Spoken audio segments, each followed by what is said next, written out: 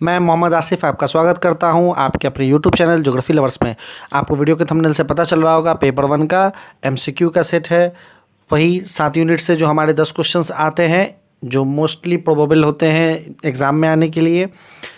तो देर नहीं करते हैं, सीधा क्वेश्चन की ओर चलते हैं। क्वेश्चन की ओर जाने से पहले आपसे एक निवेदन है कि प्लीज़ आप लोग वीडियो को पॉज कर करके क्वेश्चन का आंसर दिया कीजिए। मैं ज़्यादा टाइम नहीं देता हूँ ताकि वीडियो लंबा नहीं हो। आप वीडियो पॉज करके मेरे आंसर देने से पहले आप अपना खुद का आंसर दिया कीजिए और बाद में कमेंट बॉक्स में आप अपना मार्क्स भी लिखा कीजिए कि आपको कितना मार्क्स मिले हैं, ताकि आपको पता चल सके कि आपकी जो तैयारी है वो किस डायरेक्शन में जा रही है।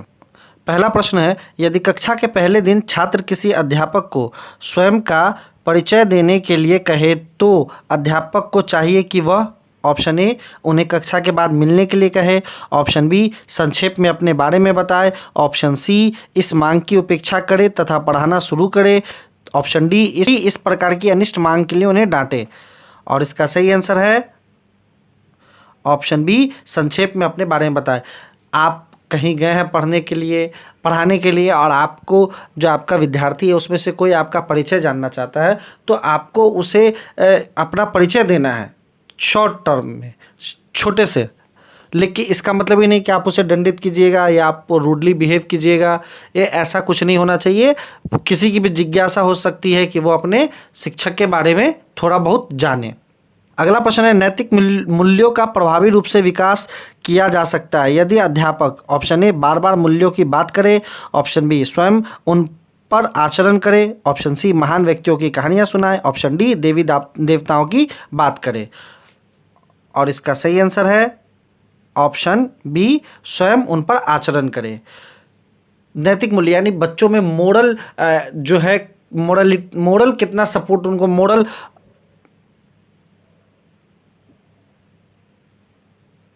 कितने अच्छे बनते हैं वो ये जांचने के लिए हमें मतलब वो समाज में रहने लायक हो, हर किसी से प्यार करे, एक उत्तम व्यक्तित्व बने। तो उसके लिए हमें क्या करना पड़ेगा, उसके लिए हमें खुद को उस तरह का बनना पड़ेगा, तो ही वो वैसा हमारे कहने पे वो वैसा बनेंगे। जैसा कि एक लेडी महात्मा गांधी के पास आई थी अपने बेटा की शिकायत लेकर, अपने बेटे की शिकायत लेकर के कि उनका बेटा जो है वो बहुत ज़्यादा चीनी खाता है। तो गांधी जी ने क्या कहा था, उनसे कहा कि ठीक है आप अपने बेटे को 1 हफ्ते बाद लेकर के आइए। जब वो लेडी 1 हफ्ते बाद अपने बेटे को लेकर आती है तो गांधी जी सिर्फ उसे इतना कहते हैं कि देखो तुम मीठा ज़्यादा खाते हो, मीठा ज़्यादा खाना गलत बात है, ऐसा करो तुम मीठा खाना छोड़ दो। तो उस लेडी ने कहा गांधी जी से कि बापू इतनी बात तो आप पिछले हफ्ते भी कह सकते थे, 1 हफ्ते के लिए क्यों आपने इंतज़ार किया। तो बापू ने कहा कि मैं खुद बहुत मीठा खाता हूँ, तो मैं खुद बहुत मीठा खा करके किसी दूसरे को मीठा खाने से कैसे मना कर सकता हूँ। तो मैंने पहले खुद पे इस चीज़ को इम्प्लीमेंट किया हो, फिर उसके बाद उसे बोला हो। तो इसीलिए हम कभी भी किसी को अगर नैतिक पाठ पढ़ाए तो पहले हम उस नैतिक पाठ पर जो अमल करना मतलब आचरण करने चाहिए, उस पर हमें चलना चाहिए, तो ही हम किसी को ऐसी शिक्षा दे सकते हैं।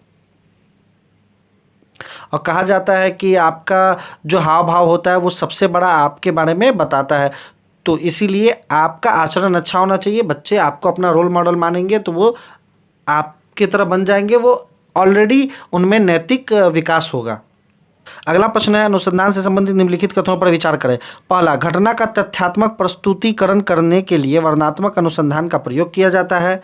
दूसरा है, प्रयोगात्मक अनुसंधान लचीला नहीं होता है। तीसरा, वर्णनात्मक अनुसंधान में सबसे पहले उद्देश्यों का स्पष्टीकरण किया जाता है। चौथा, सर्वेक्षण परीक्षा प्रश्नावली सर्वेक्षण ऐतिहासिक विधि के प्रकार है। उपयुक्त में से कौन कौन सही? ऑप्शन ए 1, 3 और 4, ऑप्शन बी 1, 2 और 4, ऑप्शन सी 2, 3 और 4, ऑप्शन डी सभी।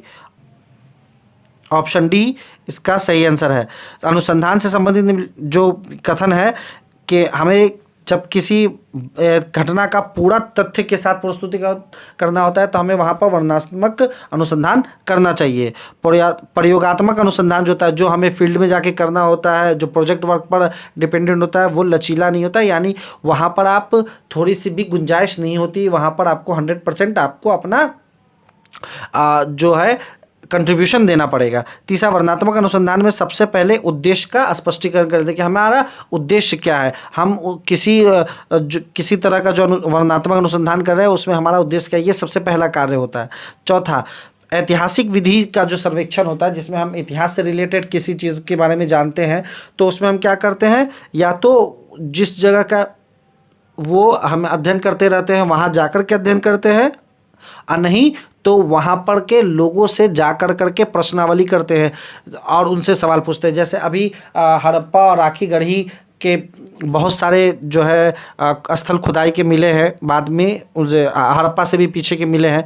तो वहाँ जाकर के एक तो हम सबसे पहले वहाँ जाके सर्वेक्षण कर रहे हैं, सर्वेक्षण के बाद हम वहाँ के लोगों से भी जानने की कोशिश करते हैं कि उन्होंने अपने जो है पूर्वजों से कुछ सुना है या नहीं सुना है इसके बारे में, तो उस पर फिर हम अपना रिसर्च चालू करते हैं। अगला प्रश्न है, बाह्य आलोचना के लिए आधार सामग्री की सत्यता को निर्धारित करने के लिए एक शोधकर्ता को सत्यापित करना चाहिए। ऑप्शन ए, उस काल की भाषा तथा शैली को। ऑप्शन दो, उस काल में प्रयोग किए गए कागज तथा स्याही का जिस युग का वह अध्ययन कर रहा है। तीसरा, लेखक के हाथ हस्ताक्षर तथा हाथ की लिखावट को। उपयुक्त में से कौन कौन सही? ऑप्शन ए 1 और 3, ऑप्शन बी 1 और 2, ऑप्शन सी 2 और 3, ऑप्शन डी सभी। और इसका सही आंसर है ऑप्शन डी सभी। आप जो किसी भी को भी जो है बाह्य आलोचना जो करना है, अगर किसी अनुसंधान का किसी शोधकर्ता को सत्यापित करना है, तो सबसे पहले वो किस काल का और किस चीज़ किस समय का अध्ययन कर रहा है, जिस उसकी भाषा और उसकी शैली का उसको ज्ञान होना चाहिए, उसके बारे में पूरा जानना चाहिए। अगर आपको उस समय के भाषा का और शैली का ज्ञान नहीं है तो आप एक बेहतर अनुसंधान नहीं प्रस्तुत कर सकते हैं। दूसरा, उस काल में प्रयोग किए गए कागज तथा स्याही जिस युग में अध्ययन कर रहा है उसका भी उसको ज्ञान होना चाहिए। तीसरा, लेखक के हस्ताक्षर तथा हाथ की लिखावट जो है वो भी जो है उस काल से मिलनी चाहिए।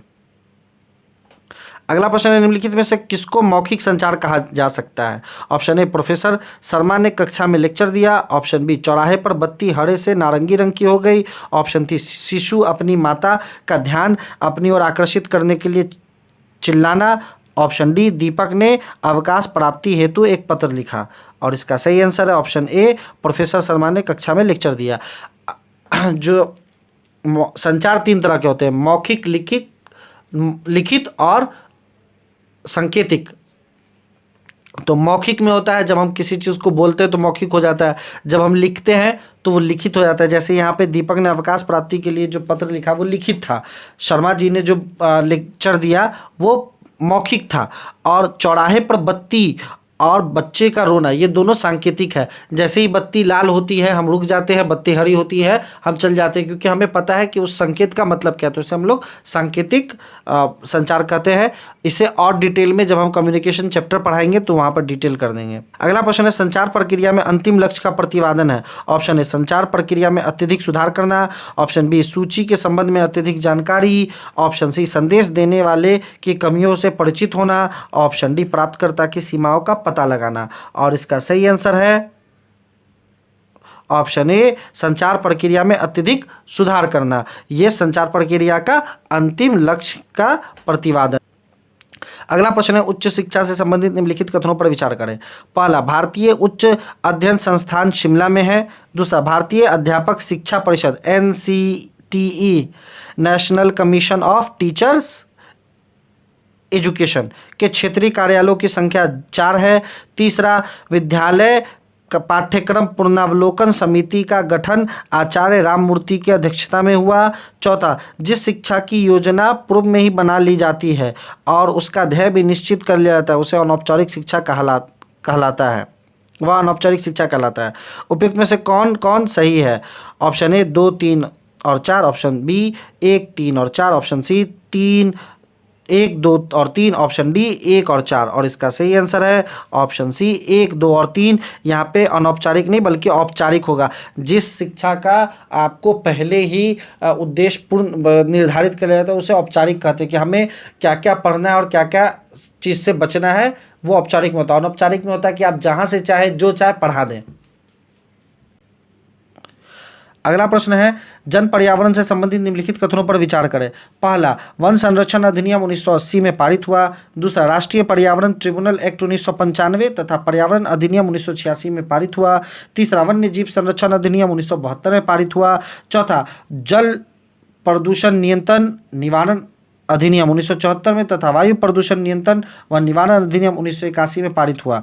उपर्युक्त में से कौन कौन सही है? ऑप्शन ए 1, 3 और 4, ऑप्शन बी 1, 2, 3 और 4, ऑप्शन सी 2, 3 और 4, ऑप्शन डी 1, 2 और 3। और इसका सही आंसर है ऑप्शन बी 1, 2, 3 और 4। इसको डिटेल से हम तब करेंगे जब हम जन पर्यावरण को और पर्यावरण भूगोल तीनों को ऐड कर करके हम बहुत जल्दी लेक्चर लेने वाले हैं, तो वहाँ पर हम इसको पूरा डिटेल में पढ़ेंगे, कब कौन पारित हुआ, किसका क्या उद्देश्य था और किस किस समय में हुआ और क्यों हुआ। अगला प्रश्न है, यदि महाभियोग प्रस्ताव पारित हो जाता है तो राष्ट्रपति को पदच्युत समझा जाता है। ऑप्शन ए, उस दिनांक से जबकि प्रस्ताव पारित हुआ था। ऑप्शन बी, जब भारत का मुख्य न्यायाधीश इस संबंध में आदेश जारी करता है। ऑप्शन सी, जैसे ही भारत सरकार का गजट उसे अधिसूचित करता है। ऑप्शन डी, जैसे ही एक नया पदधारी निर्वाचित होता है। और इसका सही आंसर है ऑप्शन ए, उस दिनांक से जबकि प्रस्ताव पारित हुआ था। भारत के राष्ट्रपति के लिए ही महाभियोग शब्द का प्रयोग किया गया है और इस महाभियोग लगाने के लिए हमें सबसे पहले किसी एक सदन में 50 जो है सदस्यों का हस्ताक्षर किया हुआ हमें एक जो है प्रस्ताव लाना पड़ता है। उसके बाद उसे उस सदन का जो सदस्य हेड होता है, सभापति, राज्यसभा में हो तो सभापति या लोकसभा में हो तो अध्यक्ष, उसे अपनी मंजूरी देता है। मंजूरी देने के बाद वहाँ वोटिंग होता है। वहाँ वोटिंग होने के बाद फिर वो अगले सदन में जाता है, वहाँ जांच होता है। जांच होने के बाद फिर वोटिंग होता है। फिर वोटिंग होने के बाद अगर वोटिंग राष्ट्रपति के अगेंस्ट में गई है तो ही उन पर महाभियोग सिद्ध होता है, उन्हें उनके पद से हटाया जाता है। भारत में अभी तक किसी के भी खिलाफ महाभियोग नहीं पारित हुआ है, ना ही लगाया गया है। अगला प्रश्न है, जब उपयोगकर्ता कंप्यूटर से माउस के द्वारा भी सूचना का आदान प्रदान करता है तो इसे कहते हैं। Option A, character user interface. Option B, graphical user interface. Option C, data संचार। ऑप्शन डी, सुगम संचार। और इसका सही आंसर ऑप्शन सी, डाटा संचार थे। आज के 10 क्वेश्चन आप कमेंट बॉक्स में लिखिए कितना अटेम्प्ट हुआ। अगर वीडियो पसंद आया तो लाइक करें और शेयर करें, नहीं पसंद आया तो डिसलाइक करें। डिसलाइक क्यों का कमेंट बॉक्स में बताइएगा। कुछ अपडेट चाहिए तो आप हमें बता सकते हैं। किसी टॉपिक में आपको परेशानी है तो आप कमेंट बॉक्स में लिखिए, हम उसमें आपकी दिक्कत को दूर करेंगे। और ये MCQ जो है अब हफ्ते में 1 दिन आया करेगा, बाद बाकी 6 दिन 6 यूनिट से 10-10 क्वेश्चन हम लाने की कोशिश करेंगे। समय रहेगा दिन के 12 बजे के आसपास। और देखिए ये कब से चालू होता है, जब से चालू होगा हम लोग रेगुलर होंगे। तो तब तक के लिए खुश रहिए, पेड़ पौधों का, पशुओं का, सबका, जल का ध्यान रखिए। मिलते हैं नेक्स्ट लेक्चर में, तब तक के लिए टेक केयर, गुड बाय, जय हिंद।